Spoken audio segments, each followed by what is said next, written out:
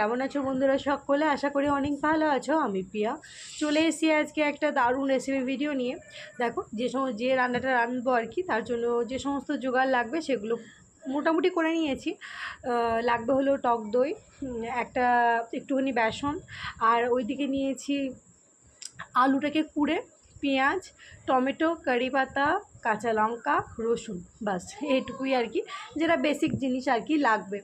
আর তাছাড়া তো হলুদ, চিনি, লবণ, এই লঙ্কার গুঁড়ো, তেল, এই সমস্ত জিনিস তো লাগবেই।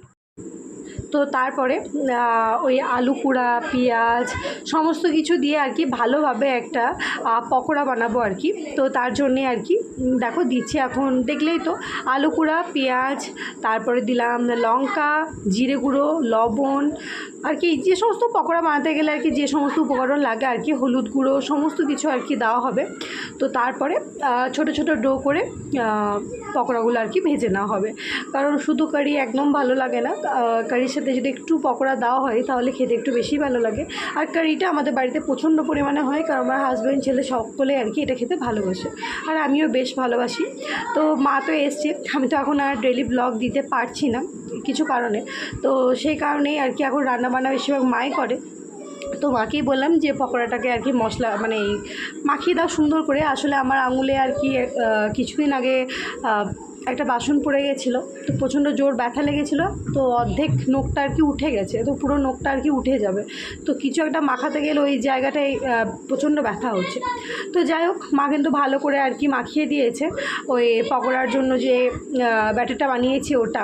এবার একটা একটা করে ছোট ছোট করে আর কি পেঁয়াজের মতো আর কি পকোড়াটা করে নেব। যেহেতু আলু কোড়া শুদ্ধ দেওয়া আছে, তাহলে মানে সেই কারণে আর কি পকোড়াটা খেতে একটু বেশি ভালো লাগবে। বন্ধুরা প্লিজ ভিডিওটা কেউ স্কিপ করো না, পুরো ভিডিওটা দেখা অনুরোধ রইল। যদি ভিডিওর কোনো অংশ ভালো লেগে থাকে লাইক, কমেন্ট আর শেয়ার করে দিও। যারা রেগুলার ভিডিও আমার দেখো তাদেরকে তো অসংখ্য ধন্যবাদ, আর যারা নতুন আমার ভিডিও দেখছো তাদেরকে বলবো যদি পারো আমার ছোট্ট চ্যানেলটিকে সাবস্ক্রাইব করে পাশে থেকো। তো দেখতেই পাচ্ছ কথা বলতে বলতে কিন্তু আমি পকোড়াগুলো দিয়ে দিয়েছি। এবার পকোড়াগুলো ভাজার অপেক্ষায়, মোটামুটি লালচে হয়ে গেলে আর কি সমস্তটা তুলে নেব, আর বাদ বাকি যে পকোড়াগুলো আর কি মানে আছে সেগুলো আবার ভেজে নেব।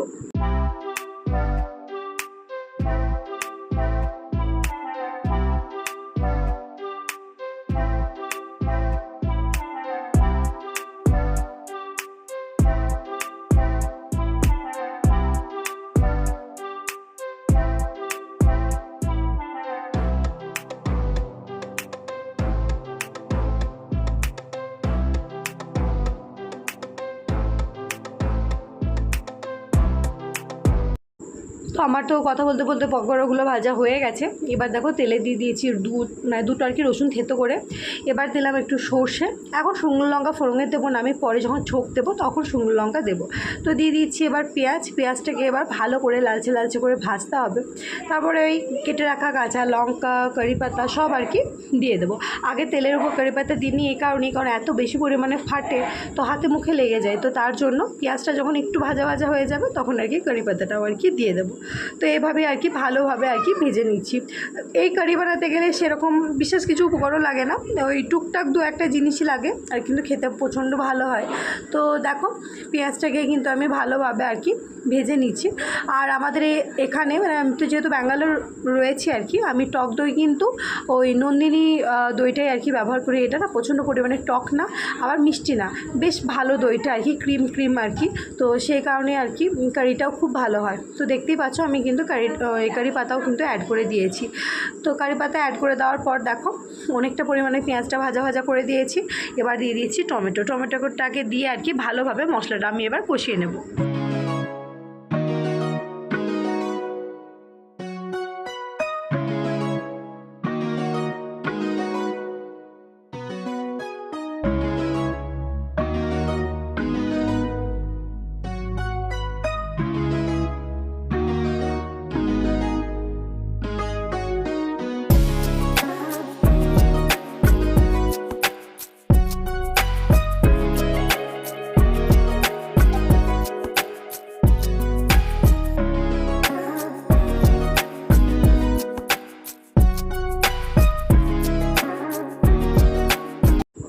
আমার কিন্তু মশলাটা কষানো হয়ে গেছে। এবার দেখো যে ব্যাটারটাকে আর কি গুলিয়ে রেখেছিলাম আর কি, দই, বেসন, একটু হলুদ গুঁড়ো, একটু লবণ দিয়ে সে ব্যাটারটাকে আর কি পুরোটা দিয়ে দিলাম।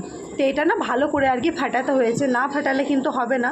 যত ভালো করে ফাটাবে তত সুন্দর আর কি ক্রিম একদম স্মুদি হবে, মানে একদম সুন্দর হবে আর কি স্ট্রাকচারটা। আর এইদিকে দেখো দিয়ে দিচ্ছি জিরে গুঁড়ো, হলুদ গুঁড়ো, লঙ্কা গুঁড়ো সমস্ত কিছু আর কি দেওয়ার পর ভালোভাবে আর কি একটু নাড়াচাড়া করে নিয়ে অনেকটা পরিমাণে এক বাটি, বড় বাটির এক বাটি আর কি জল দিয়ে দেবো। কারণ এটা আর কি হতে দিতে হবে অনেকক্ষণ, যাতে টক দই আর ওই বেসনের গন্ধটা পুরোপুরি চলে যায়। তো দেখো আমি কিন্তু অনেকটা জল অ্যাড করে দিয়েছি।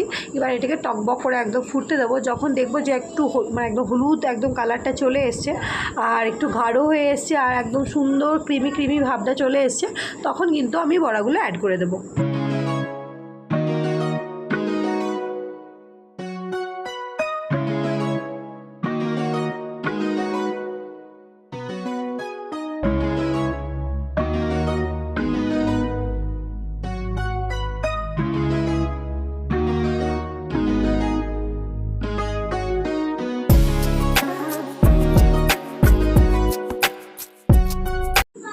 তো দেখতেই পাচ্ছ কারিটা কিন্তু রং একদম চেঞ্জ হয়ে গেছে, হলুদ চলে এসছে। ক্যামেরাতে তাও অতটা বোঝা যায় না যতটা সামনাসামনি সুন্দর হয়েছে আর কি।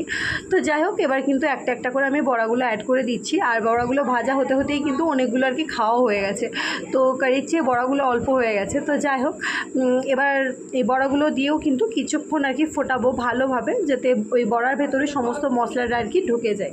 তো লবণ, অল্প পরিমাণে চিনি সব কিছু তো দিয়েছি, সেটা তোমাদেরকে আগেই বলে দিয়েছি। এই রান্নাতে আর সেরকম বিশেষ কিছু লাগবে না। আর কিছুক্ষণ ফোটার পর আমি কিন্তু এতে ছোক দিয়ে দেবো। ছোকের মধ্যে দেব ঘি, শুকনো লঙ্কা, কারি পাতা আর কালো সর্ষে, ওটা দিয়ে আর কি ছোক দিয়ে নামিয়ে দিলেই হয়ে যাবে কারি। তোমরা কে কে কারি পছন্দ করো অবশ্যই কমেন্ট করে জানিও। আমি অনেকবার এই রেসিপিটা দিয়েছি, কিন্তু অনেকে কমেন্ট করো যে একবার দেখানোর জন্য। তো তার জন্য আজকে যেহেতু বানাচ্ছিলাম তাই ভাবলাম যে তোমাদের সাথে শেয়ার করা যাক। তো দেখো আমার কিন্তু মোটামুটি আর কি রেডি হয়ে এসছে। এটা কিন্তু গরম গরম ভাত দিয়ে বেশ ভালো লাগে খেতে। তো যাই হোক, ভিডিওটা খুব একটা আর বড় করবো না আর কি। রেসিপিটা তোমাদের কেমন লাগলো জানিও।